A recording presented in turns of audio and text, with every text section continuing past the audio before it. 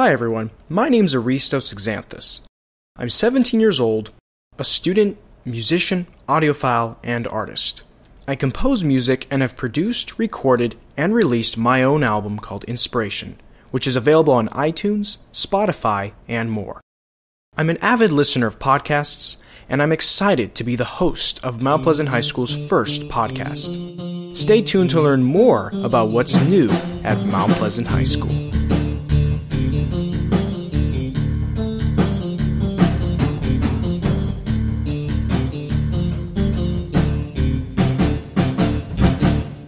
From the first day of school, we all noticed the newest kids on the block, freshmen.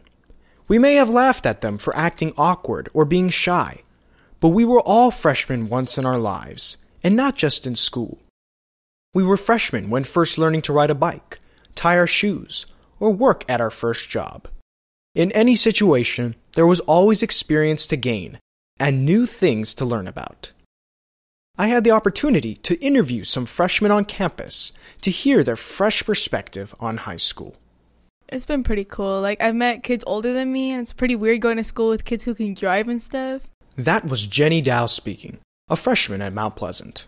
It's always been my dream to be in high school, so now that I'm here, it's pretty cool. Yeah, it's much different than middle school, right? Yeah. Can you talk about some of the things that you've seen, some differences between high school and middle school? Well, I've never been in a car with my friends that know how to drive and take me out places and stuff, so that's pretty cool. And also, I've never really had an actual locker to put my stuff in, and there's a lot of friend groups here as well. I thought I'd be stuck to one friend group, but I've met a lot of juniors, seniors, and all of that. Jenny also talked about some of the things that she finds unique at Mount Pleasant. The diversity. I feel like if I went to school on another side of San Jose, I feel like I'd see only maybe one type of people. Well, while here you see a really big diversity in people, and everybody's different, so that's cool. At MP so far, have you taken advantage of any after-school activities? Have you done any extracurricular sports? Any of that? I mean, I've joined a lot of clubs, but I haven't been to much of them because I joined water polo. Okay. How's your experience been with that so far? Water polo, it was pretty cool. At first when I went, I didn't really know how to swim and gain my energy and stuff, but now I'm pretty good, I guess. And then our season just ended, so that's cool too. Now I have to find something else to do, and I'll probably just do drama club or something. Based on her experience so far at Mount Pleasant, I asked Jenny to give some advice to middle schoolers who will soon be attending high school, and she had quite a message. Don't expect to be friends with the people you thought you'd be friends with forever, because the second you meet new people and all that, you'll start distancing yourself from people you thought you knew. However, Amy Madrigal provides a different message to middle schoolers. I would probably say to try to be active and involved with friends and events, especially with after-school programs and sports. Amy is also a freshman at Mount Pleasant. So far, she has really enjoyed the after-school programs and school activities offered, as well as making new relationships. It's been pretty fun. After-school programs are pretty enjoyable. We get a lot done. A lot of events at school have been really fun. What have been some of the events you've been participated in? Homecoming was recently last week, I believe, and it was pretty fun to go with new people and some new friends I made, and helping make posters and all that for rallies and posters, and homecoming was pretty fun. Based on our talks together, it seems that both Jenny and Amy are enjoying their high school experience as freshmen. Their fresh perspective on high school is exciting to hear about because we can all relate to the time when we were once freshmen. So, what else is new? We'll be back in just a moment. You're listening to the MPHS Podcast.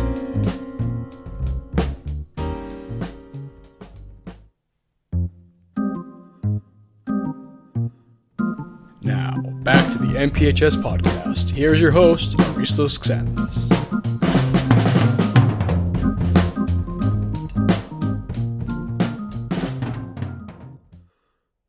Maybe the largest and most eye-catching thing that is new at Mount Pleasant is one of the last buildings to be renovated on campus. In October, the new Student Center had its grand opening. Originally, it was an over 50-year-old library that, with its age, lost its popularity and identity.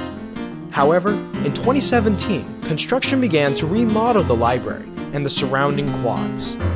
I talked with a teacher in the Student Center who oversaw the project. I'm Joe Lovato. I teach English and chair the English department at Mount Pleasant. The question is, how long have I been teaching? And actually, I got to Mount Pleasant in 1990, which makes this my 28th year on campus, which somehow doesn't sound right when it comes out of my mouth. It doesn't seem like it's been that long. And so far, how's the school year been going? This has been a really great school year. Last year, I don't know that I would have been so positive at this point of the year, and I don't know, maybe being in this fantastic facility has something to do with it, but there's a vitality, a vibrancy on campus that's been missing for a little bit. Mr. Lovato was right not to feel so positive the year before. In 2017, construction began on the renovation of the library and the quads. For the fall 2017 semester, the center of campus was a fenced-off construction zone, which displaced the majority of the student population. Students had to take major detours to get to their classes. However, with the project completed, there is a different feel on campus.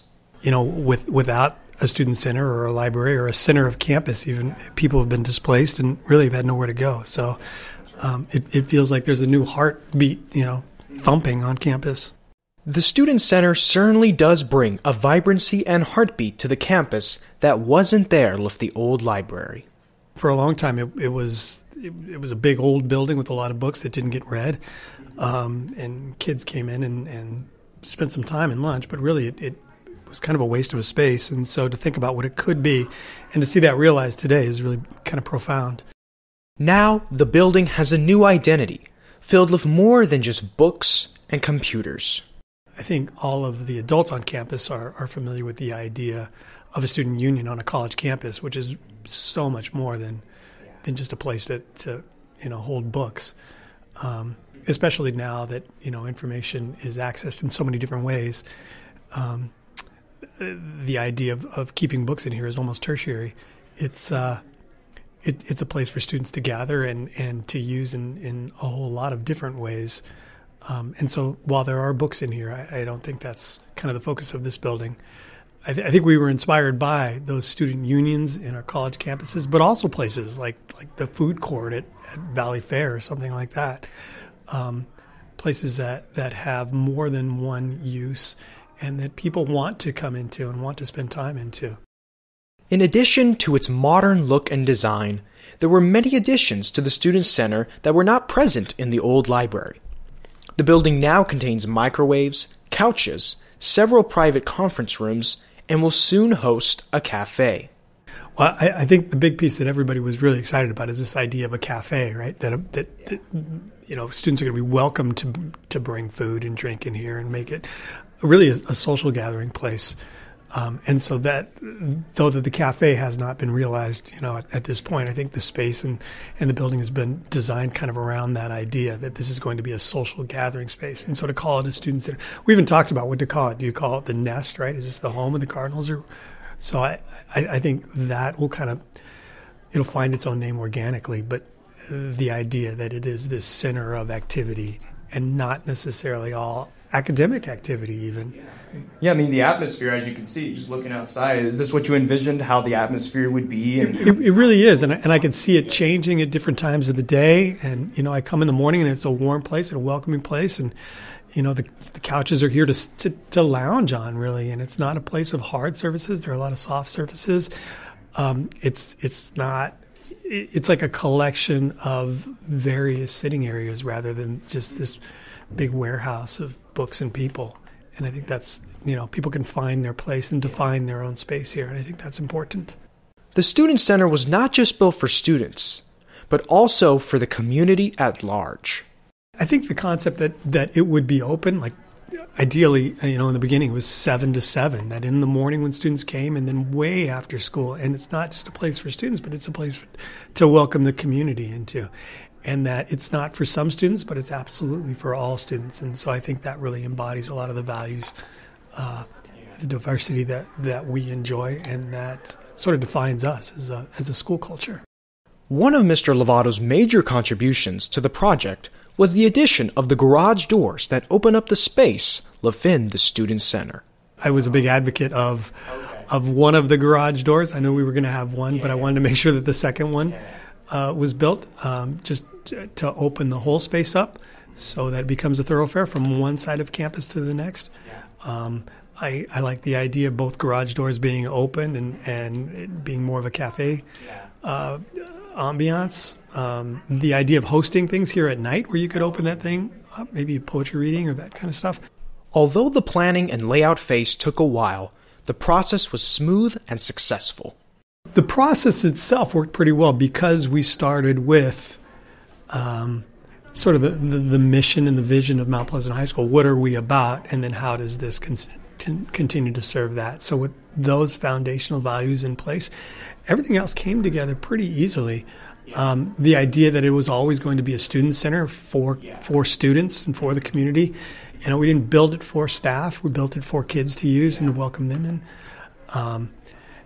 And so, and the committee, there was representation by students, staff, community members, working with professional design professionals and architects. And so all together, I think we worked well. Whether it is used for poetry, a speech, or a lunchtime performance, the Student Center was designed to be a multi-purpose facility. I think it's going to kind of define itself as it's used. I think, if you build it, they will come is kind of true. Indeed, if you build it, they will come. That is for sure. Since its opening, the Student Center has been one of the most popular places to be at. I asked Mr. Lovato what he wanted to see for the future of the Student Center. Well, that it remains this vibrant, heart of our campus, and that kids really take ownership of it and take pride of it. Because that's $8 million that we invested, gave to kids, basically. And I hope they appreciate that and they take good care of it so that it's here for, 28 years from now. Certainly, the Student Center is something students at Mount Pleasant should be proud of. It sports a modern design and a student-friendly environment.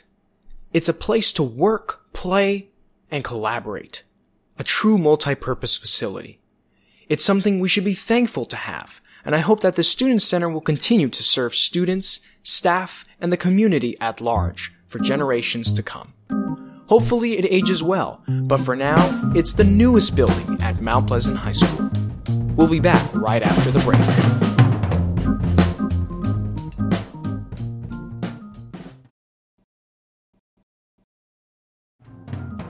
Welcome back to the show. Thank you for taking the time to listen to the MPHS Podcast. Now, here's your host, Aristos Xanthus. Many students on campus don't realize it, but there are many and new exciting individuals that are making a difference at Mount Pleasant High School. If you pay close attention, you may notice the bright yellow jackets that they wear. The organization they represent is known as City Year, and I had the opportunity to talk with two City Year mentors about the program and their interesting backgrounds. Hello, my name is Mr. Victor Yu. I am the team leader of the City Year Mount Pleasant team. I recently graduated from UC Santa Cruz with a major in literature and a minor in education. And I'm born and raised San Francisco, lived in the Bay Area my whole life. Chinese American, son of immigrants, hardworking, family-owned restaurant people. My name is Raven Kelsey. I'm an ACM here at Mount Pleasant. My university I attended was University of Massachusetts, Boston. I'm born and raised from Boston. Grew up a single mother. Come from 8 siblings. Big family. First generation graduate. So it's awesome to be here with you all. And my major was sociology, minored in theater arts and psychology. Mr. Yu and Miss Kelsey have been on campus for a couple months now. However, many students never really understood what City Year was, or their purpose here at Mount Pleasant. So City Year is a educational nonprofit. We're a branch of the AmeriCorps program.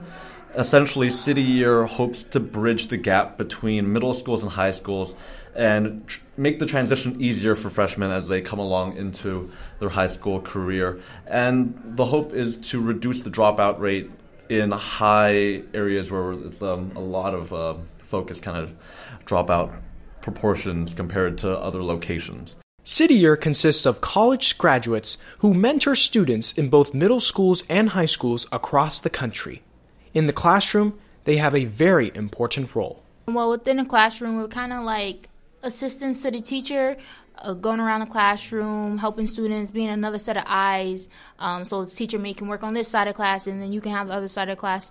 Working in small groups is one of the key things City Year focuses on, which allows us to do being in the classroom. Yeah, we circulate a lot. Yeah. We're asking a lot of probing questions, making sure that students are receiving the direction that they need, and also ensuring that they're getting the right answers to help create that knowledge base. Based on Miss Kelsey and Mr. Yu's experience in the classroom thus far, it seems that students appreciate their help and support and feel that City Year is making a difference in their lives. I'm pretty sure that they are, just from the encounters we have and just the little moments, whether it's inside a classroom or just walking with them to the next class, or the students not having any homework after school but still coming by to sit down and just chat about their day or what's going on. I think they're appreciative of us just as much as we're appreciative of them to take the time to talk to us.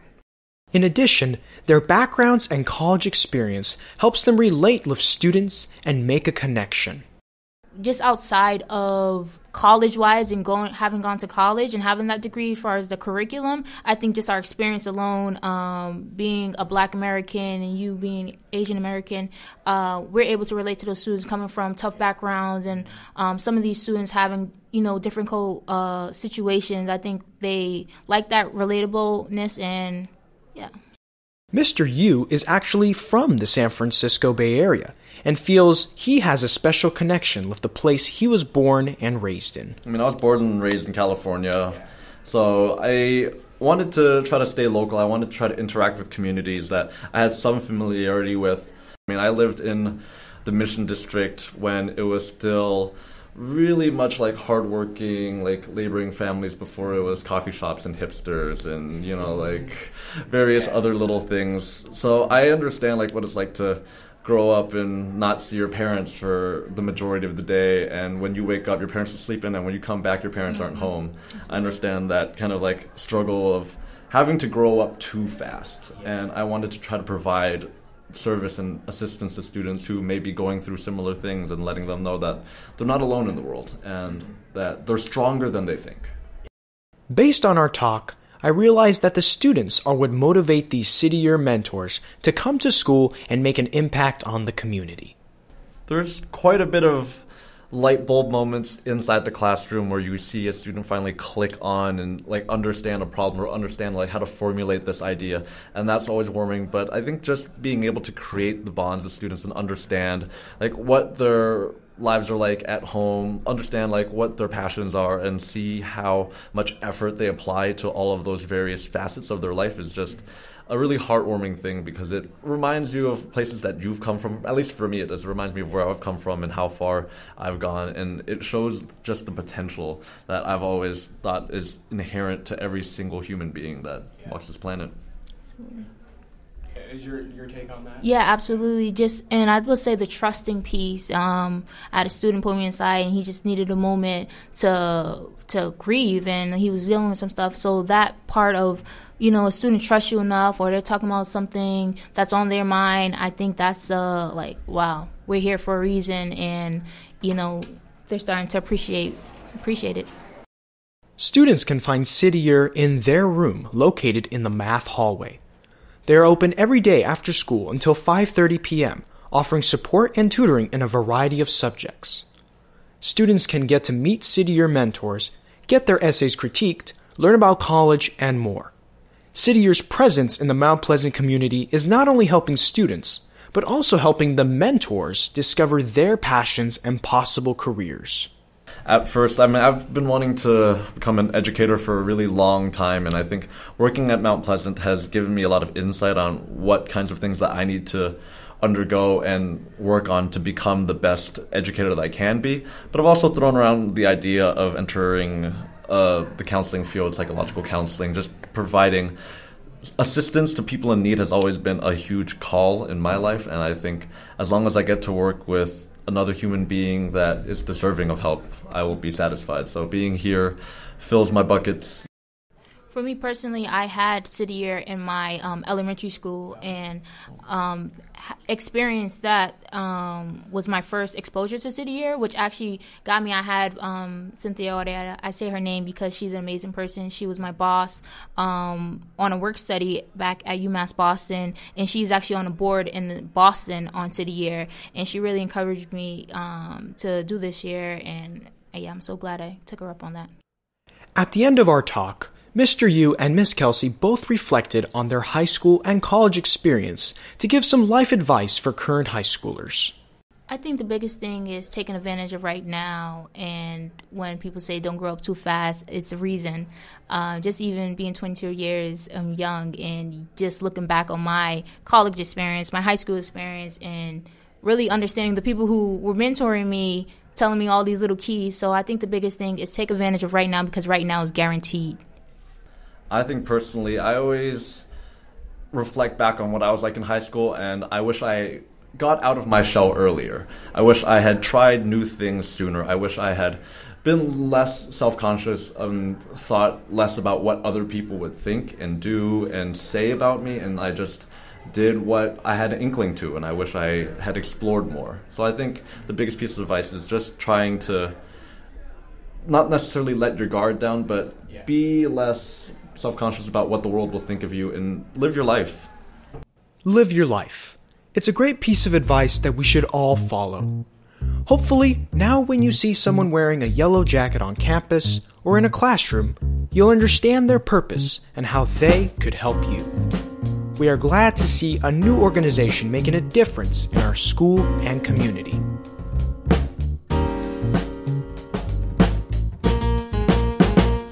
Freshmen, Student Center, and City Year.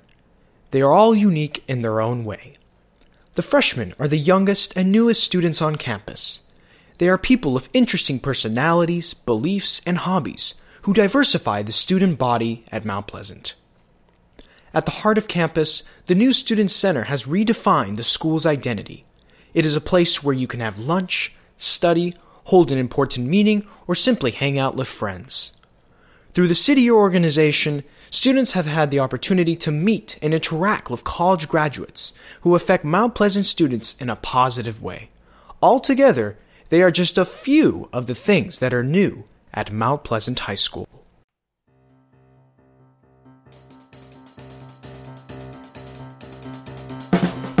I'd like to thank all the guests who obliged to share their knowledge and ideas and be featured on this podcast.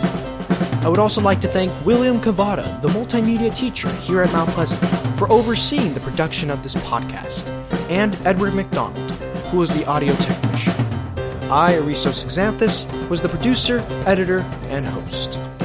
Thank you for taking the time to listen to Mount Pleasant High School's debut podcast. Happy holidays!